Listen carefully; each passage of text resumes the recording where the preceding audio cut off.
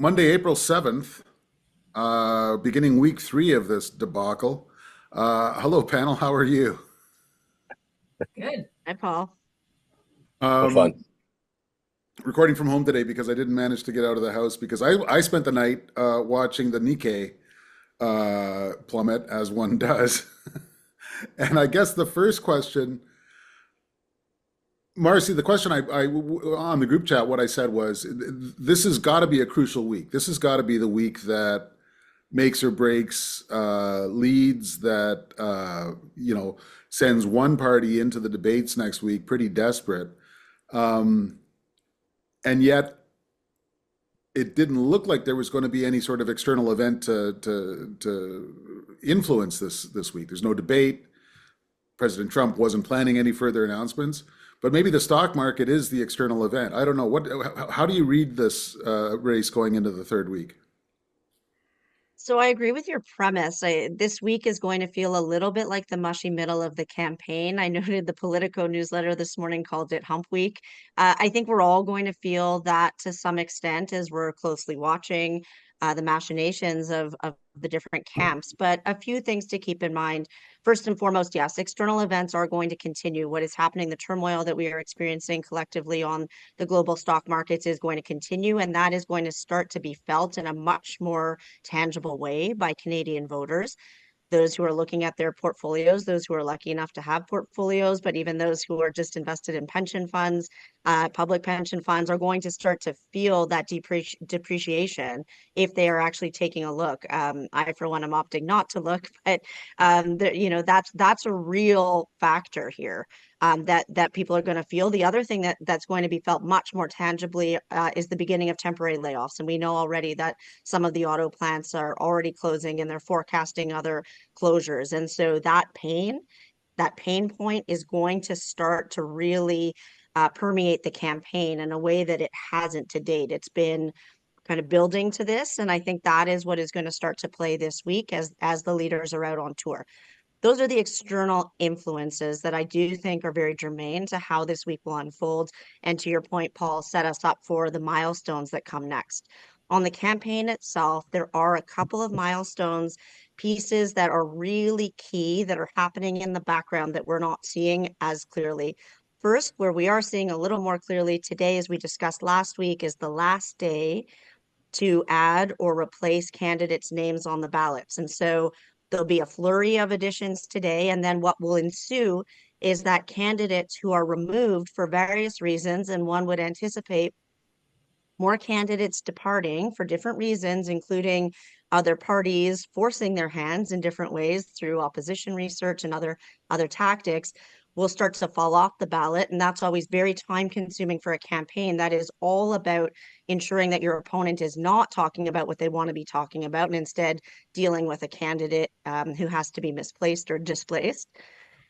But the real milestones that are coming, and that I'm sure is what most of the leaders' plans are around this week, is starting to prep in real time for those debates that are coming. Those are really critical, and there are preparations in terms of policy and making sure that the leader has digested the policy. We haven't seen from the three main parties the fully costed platforms just yet. In some cases, those may come before the debates. In other cases, that may be held. Those platforms are being finalized. The leaders are grappling with that policy. I suspect in the case of, for sure, Mr. Carney and Mr. Polyev, they are spending a lot of time with their teams working through that policy set and then actually preparing themselves for the debates, which right now is probably the consumption of the policy and the answers, questions and answers that they have to be prepared for. And that will have this arc toward the end of the week where they're actually beginning to do simulations and real debate preparation. And so while those of us watching from outside of the campaigns are seeing one morning event, a policy announcement, pronouncement, and then maybe just an evening rally, those hours in between, it's not just travel. Those hours right now are absolutely packed with preparation for what comes, because I truly believe in this campaign, those debates are going to matter, perhaps more than they have mattered in the last few campaigns.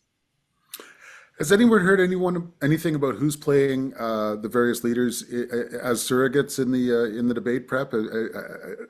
Does anyone have intelligence on that?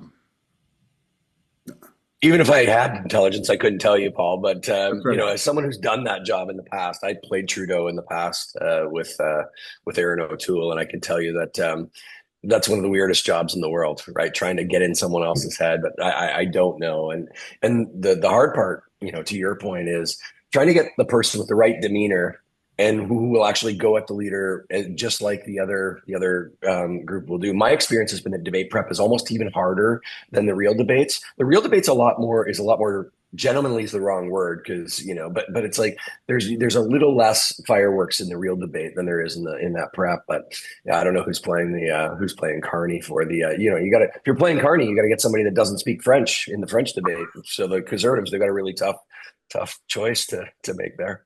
Melissa Landsman told me once that in 2019, in preparation for the McLean's debate, she played Paul Wells.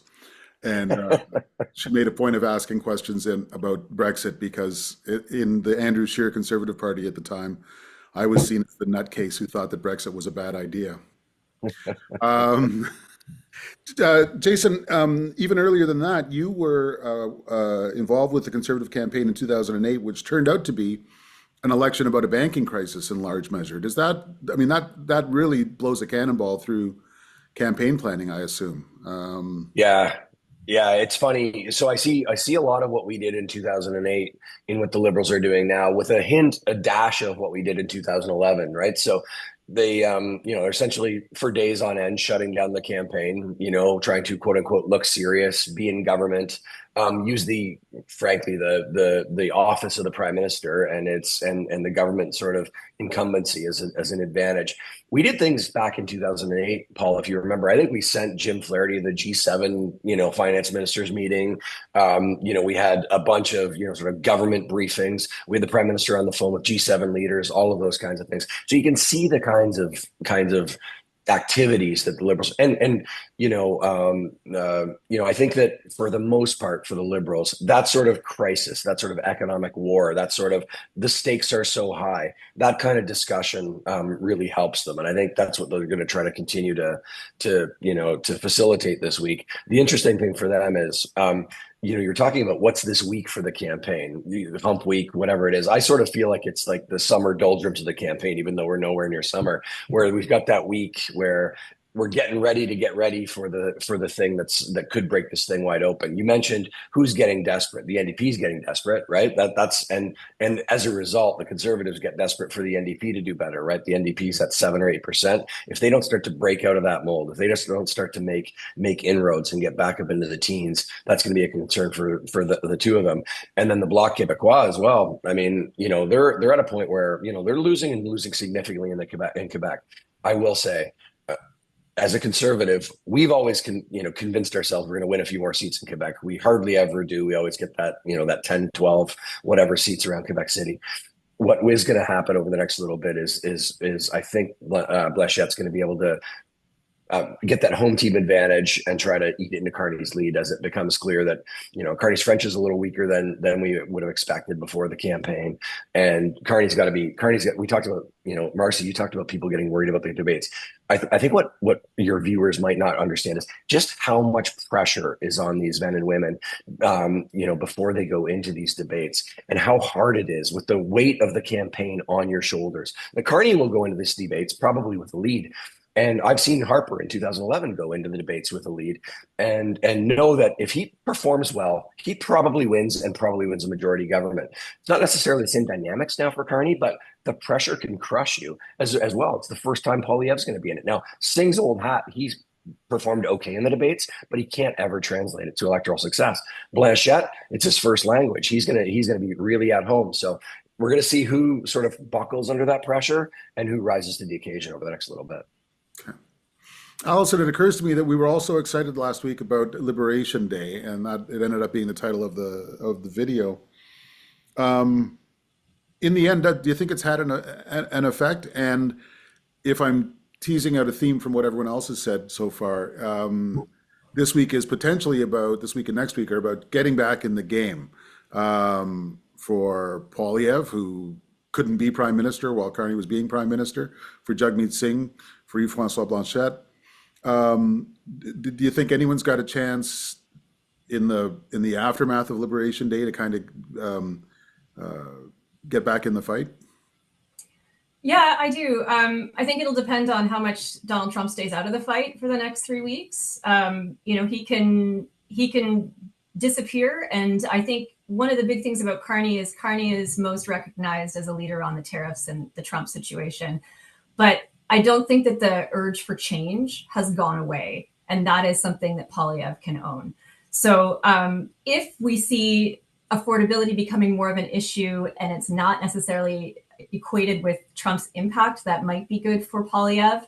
I think also leading up to the debates, to Jason's point, it's really incumbent on all of the other opposition leaders to get Carney off his game. And I think one of those big things is showing Carney is out of touch, and just like the old Liberals, and the old Liberals failed you for the last 10 years, and here you are. Maybe, and I think the bigger that Carney gets, there's more risk there that if he's got a big majority juggernaut, how easy is it going to be to bring the old gang back and just go back to business as usual? That would be something I think I would want to stoke if I was the opposition going after Carney. I watched the Elton John Brandy Carlisle special last night on CBS, and I don't know when the last time I watched any broadcast television was. And the reason this is germane, apart from what a fantastic show it was, the reason it's germane to this conversation, I saw good old Jagmeet Singh 3 times in an hour and a half in his sweater talking about how he's neither Carney nor Poilievre. Anyone who wants to chime in on this, it seems like broadcast ads are still. I mean, is this proof that the NDP is hopelessly out of touch, or is broadcast still where a lot of the air game is? I'm seeing all three of the major parties on the newscasts, almost in steady rotation between Carney, Singh, and Poilievre. So I clearly there's still an audience for that. Hard to know, looking into a crystal ball, hard to know whether that would be the case in the next campaign, but they are clearly still there and clearly paying a lot of money for that space. It's all during the main national newscast. So they're finding an audience, I have to assume. They keep running them. You can always pull an ad if it's not resonating. Okay. Paul, one thing that I've noticed over the last little bit is, I think we're not back to like pandemic levels of news watching, but the Trump phenomenon for, I think, seniors, and these decisions on the buy, by the way, were made well before the campaign in terms of what you're going to buy, and you can adjust during a campaign, but the big blocks of discussion and decisions are made, sort of weeks ago, because the inventory goes so quickly during a campaign. There's not so much inventory to buy for anybody that's thought about how to buy ads during a campaign. But I will say, the seniors vote has obviously migrated back to the Liberals, and they're one of the groups that's watching broadcast news and watching broadcast TV for sure. And so the Liberals are, I think, counting on some of that. And I think you get the Liberals or the Conservatives and the NDP trying to buttress that. And I think the more Trump's in the news, the more people are tuning in. Like, it's not Rideau Cottage tune in, but it's people are watching CNN, people are watching CBC, people are watching CTV. It's on in the background, and every time you turn around, people are looking up and saying, "Well, what did Trump do now?" And interspersed with that, I think you've got a lot of ads, and I don't think that's going to change in this kind of, with seniors being sort of so differently voting than they are, and we're seeing these demographics changing too, right, Paul? Like, young people are not breaking back for the Liberals in the same numbers as in fact, quite the opposite. They're supporting the Conservatives, which is a complete change from most past campaigns. They're really responding to I think Poilievre's online message, his online messaging, the way he's delivering his content out there. A lot of broadcast, but more on that, and I think that's having an effect as well. Allison, you mentioned about how the other parties are going to want, especially Poilievre, is going to want to remind people that Carney's only one man, and that almost the entire rest of the Liberal Party sure looks a lot like the Liberal Party. And it seems to me that the Liberals are conscious of this, because they do not ever talk about legacy. They do not ever talk about the success of their first decade. It's as though the party was just invented or flown in from Europe or something. And, other cabinet ministers are not on the stage. We talk a lot about how Poilievre isn't playing team. Carney is not playing team either. I mean, this is the most presidentialized campaign I've ever seen. Allison, since you raised the point first, that's got to be super frustrating for the people who thought they were going to run against a very mixed decade of Liberal results. Oddly, I think one of the policy legacies that Carney has mentioned publicly is pharmacare and dental care, which we know was actually the NDP's work. So that always jumps out to me in particular. But yeah, I think he definitely needs to distance himself. Canada was not in great shape before all of this Trump drama started. And I think that was largely a result of a very status quo government that was very tired of itself. So I do think that will be a challenge for Carney to distance himself, but it's going to get harder and harder. The more popularity he gets, the more that old team is going to come back and want to stay. Marci, have you, like me, noticed that they've put an entire decade's worth of government in witness protection? Not only are they not mentioning any of the major achievements, and there are major achievements, and we can quibble with which ones those are. I do believe there were a number of policy planks, including the two that Allison mentioned, which were NDP ideas that Liberals took hold of. I also believe that early learning and childcare never polls well. It's never part of the election, but it is a major social policy success and achievement of the previous government. Not only are they not talking about any of that, they're like actively distancing themselves from the achievements. And of course, we saw Mr. Carney's executive order like presser on the first day, the day the cabinet was sworn in, getting rid of the carbon tax. I watched a candidate video last night on Instagram of the candidate at the gas station demonstrating how much less expensive it was to fill up your tank at this point, now that it was 15 or 20 cents less on the liter. And I was quite gobsmacked because it really quite possibly could have been an opposition video, yet it was a Liberal video. So it's not only not talking about it, it's clearly creating a huge light between what has happened and the next chapter. I have noticed as well that we are not seeing a slate of star candidates being presented, which I have been a little surprised by. And I understand, to your point, and Jason made this point last week, it is a presidentialized election. Clearly, it is about the leaders against each other, but really it's this funny triangle where it's about the leaders versus Trump, and that's the third leg on the stool, and who's the right leader, right, in that orbit. But I thought we would see a few new candidates being really touted on the Liberal side, if for no other reason than to demonstrate that there are some new faces on the bench, and to demonstrate some additional talent, some seriousness, not only a departure from the past, but also a vision for the future, and a team to be your new lead ministers. We're not seeing that. And it feels to me like that's clearly a choice that's been made. I'm interested to see if that changes over the week, because there are a few big names, quote unquote, running, and they are appearing at rallies, but we're not seeing them front and center. And I'm thinking about Gregor Robertson in Vancouver, clearly a big name on the Lower Mainland. Maybe he'll be showcased now that the leader is in BC today. So maybe, watch this space. Maybe that's what's coming. But other big names, Evan Solomon's a pretty big name in terms of a broadcaster, not seeing him front and center. Anthony Germain out in Newfoundland and Labrador, big name. Haven't seen him, big name regionally in terms of former CBC broadcaster, not seeing him front and center. In Quebec, Natalie Provost got mentioned only because there was a bit of a misstatement there by the leader, but also a household name in Quebec, and we're not seeing her really demonstrated on the Quebec campaign at this point. So I'll be interested to watch that thread this week to see if those really do take shape, or if in fact this is simply going to be about the leaders. And as Jason said rightly, there's a lot of pressure that comes with that on the leaders, but that may very well be the way the rest of this campaign unfolds. Now, I want to skip to the end of this, which is election day, and we see the results. It's starting to look like it could be a minority government. National News Watch has this thing where they poll Ottawa lifers, campaign professionals, and ask what the expected outcome is. And there's way more people expecting a conservative minority or a liberal minority than expect a majority on either side. Jason, if I was the Conservatives, I'd be a little nervous about that, because then if you don't command a majority in the House of Commons, you start looking around for friends and allies.